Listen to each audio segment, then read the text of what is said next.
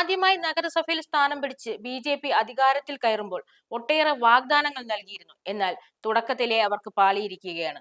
നഗരത്തിൽ കുടിവെള്ളമില്ല, തെരുവിളക്കുകൾ കത്തുന്നുമില്ല. നഗരമാതാവിനെ കല്ലെറിഞ്ഞുകൊണ്ട് ഭരണത്തിൽ വന്ന നഗരപിതാവ് അതിനേക്കാൾ ദുരന്തമെന്നല്ലാതെ എന്തു പറയാൻ. പോരായ്മകൾ പലതും ഉണ്ടാകാം, പക്ഷെ വെള്ളം പോലും കൊടുക്കാൻ കഴിയാത്ത പിതാവിനെ ജനങ്ങൾ എങ്ങനെ സഹിക്കും? ജനങ്ങൾക്ക് തൃപ്തികരമായ ഒരു മറുപടി നൽകാൻ പോലും ഇവർക്കാകുന്നില്ല. ഒരു ദിവസം പോലും ജലം ലഭിക്കാത്ത അവസ്ഥ ഉൾക്കൊള്ളാൻ കഴിയാത്ത ജനങ്ങളോട് ഇനിയും ഒരാഴ്ചക്കാലം കാത്തിരുന്നാൽ മാത്രമേ മറുപടിയെങ്കിലും നൽകാൻ സാധിക്കൂ എന്നാണ് ഇവർ ഇപ്പോൾ പറയുന്നത്.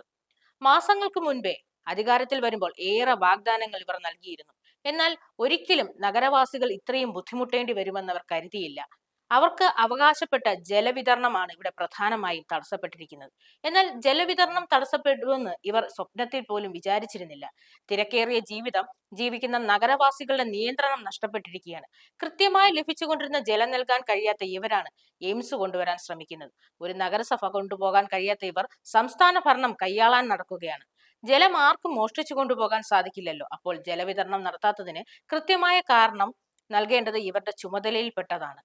തിരുവനന്തപുരം നഗരസഭ 5 വർഷത്തേക്കെന്നുള്ള പ്രകടന പത്രിക പുറത്തിറക്കിയപ്പോൾ അതിൽ ജലവിതരണം എഴുതി ചേർക്കാൻ മറന്നുപോയോ എന്നാണ് ഇപ്പോൾ സംശയിക്കേണ്ടത്.